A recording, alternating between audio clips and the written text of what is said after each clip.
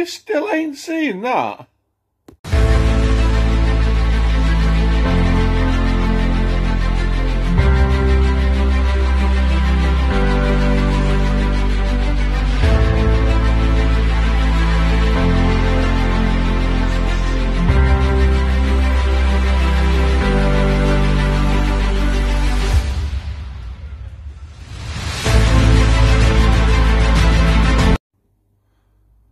Welcome back to Scottish Movies, and today is going to be the first episode of a new series on my channel called You Still Ain't Seen That. This is basically going to be what I've been watching generally in the last month or so.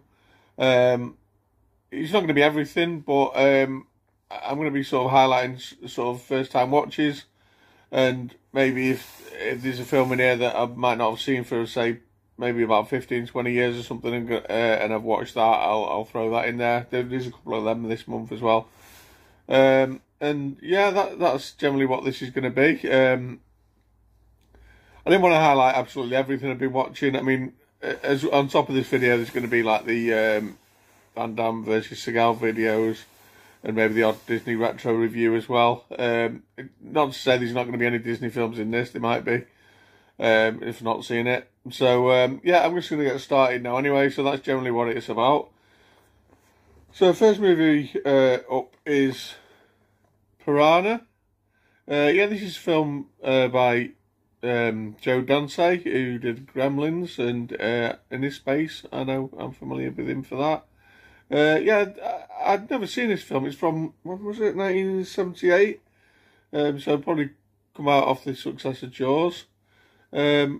And I didn't think it was really like that much of a Jaws rip-off as such. I didn't think he was really scary, but it was entertaining. I wasn't familiar with the main actors in there. I did spot a couple of people I recognise, like I know Dick Miller's in this, who's in Gremlins. He's in loads of films. He's in Gremlins 2 as well. I think he's Mr. Futterman.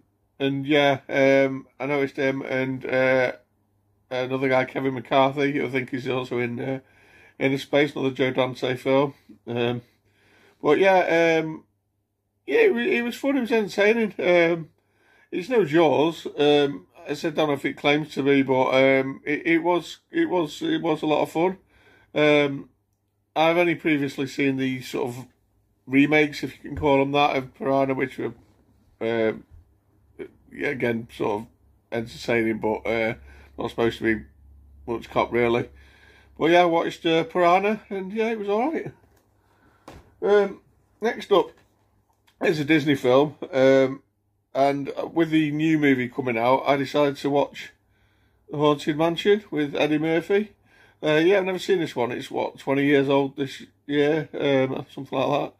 And this stars obviously Eddie Murphy is a real estate agent who finds himself in this haunted mansion, and yeah, he's just standard sort of little ghost story really, with the ghost sort of haunting the mansion, and yeah, it was a bit of fun. I thought it'd probably be funnier with Eddie Murphy. I don't think it was particularly funny, but it was an entertaining sort of 90 minutes. Worth checking out. It just wasn't amazing for me. So yeah, I was Haunted Mansion. Next up, I watched a film from, I think it's 2000. Yeah, 2000. I've seen this film a few times, but it's been probably about 20 years since I've watched it. And it's Bedazzled with Elizabeth Hurley and Brendan Fraser. Yeah, I love this film. I think this has probably got a Blu-ray release somewhere, but I'd like to upgrade it, but yeah, I haven't got round to it yet.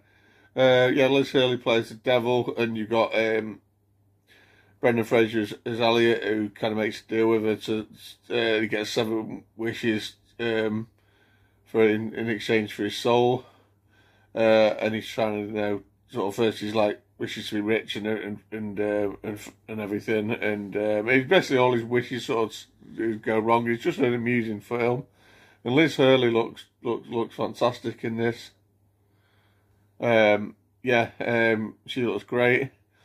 And yeah, I really enjoyed this movie, and it's very entertaining, and happy to watch it again. Okay, next up is a cinema watch. I finally got around to watching The Meg 2. Yeah, I really enjoyed The Meg with Jason Statham. It is a good, fun movie, creature feature kind of thing. The Meg 2, I was a bit disappointed, I'll be honest. The first sort of hour and a bit of this film, maybe more, hour and 20 minutes or something, is probably what, a 2 hour film. No, you don't get enough Meg action. You don't get any action. It's all humans. A bit like maybe the Godzilla in 2014, where you just wanted to see Godzilla, and it's all about the humans. And it was something where they get stuck on the ocean floor, and they're trying to get back to the surface and all this. And it was a bit boring until these sort of Megs arrive. Once you get back on the surface and the Megs are going after this like little beach resort kind of thing, it got fun, and it was good. It was good fun, and I enjoyed it. But yeah, up until then, bit disappointed, I'll be honest. We'll still be probably picking up on 4K, but to add to my creature feature collection. But probably when it goes down in price to a few quid. But disappointed me, I'll be honest. Probably disappointment of the month, I would say, with the Meg 2, or The Trench as well, as it's subtitled. Next up, I watched another movie I'd seen before, but again, this was probably about 20 years since I've seen this, and I recently added this to my collection just this past weekend, actually. And it is a film starring Guy Pearce, Samantha Mumba, who remembers her, and Jeremy Irons, and it's The Time Machine. Yeah, I picked this up for 50p at the weekend, and I wanted to add it back in the collection and give it a rewatch. And yeah, I really enjoyed this film. It's a lot of fun. Guy Pearce basically going back in time initially to try and save his wife when she gets killed, and eventually he ends up going into the future, and then further and further into the future.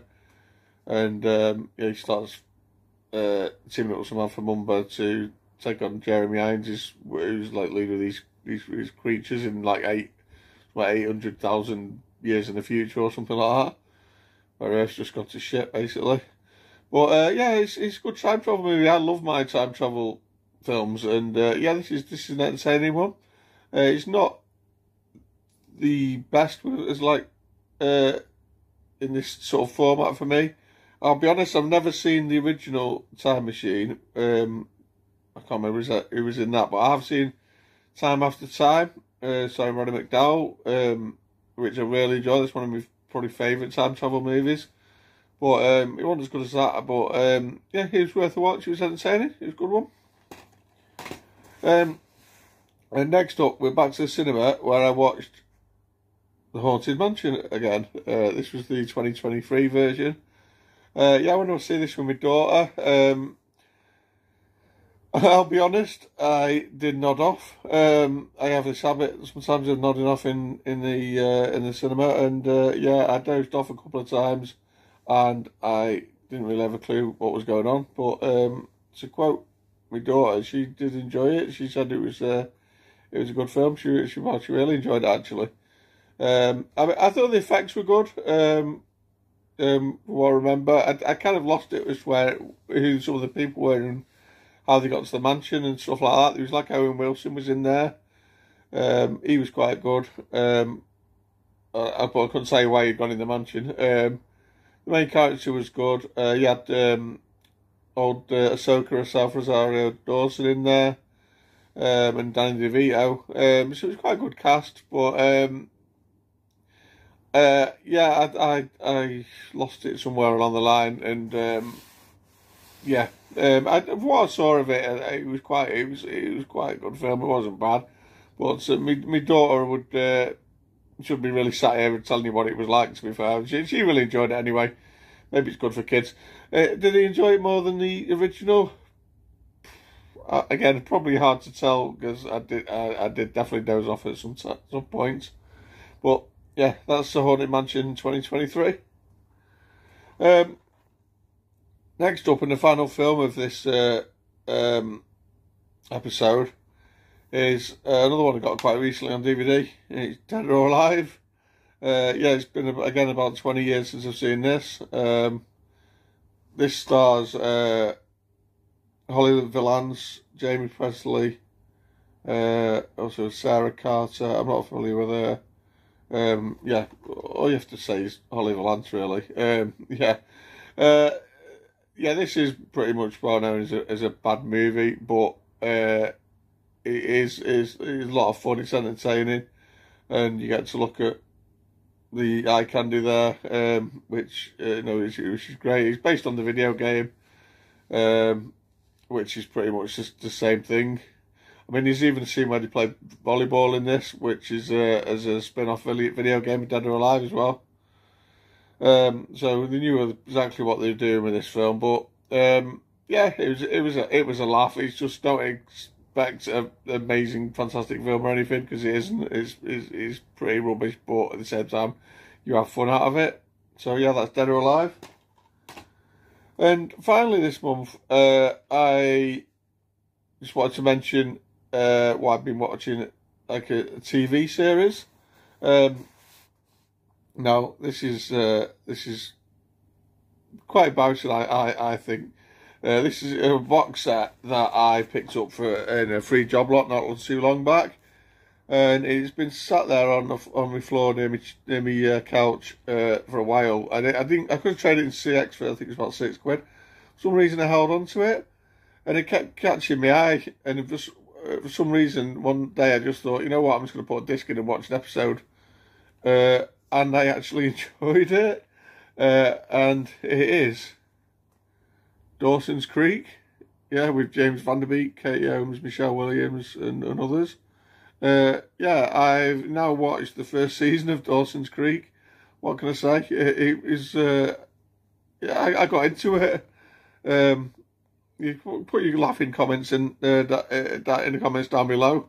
But yeah, I enjoyed it, so I'm gonna carry on watching it and try and watch all 6 seasons. It's basically James Van Der Beek trying to get off with Katie Holmes and probably Michelle Williams and anyone else that comes along. Oh, you got Joshua Jackson in there as well. Now he's probably my favourite character in it that I've seen so far. He's more like the sort of comic relief. He's quite funny. But yeah, Dawson's Creek, I've actually been enjoying it, and yeah, I'm 1 season down, so. As we go on through the next few months, you'll probably find I've been watching some more Dawson's Creek. Yeah, and that is it for this episode. That's pretty much what I've been watching recently. So comment down below if you've seen any of these things. Comment down below if you dare, if you're a Dawson's Creek fan at all.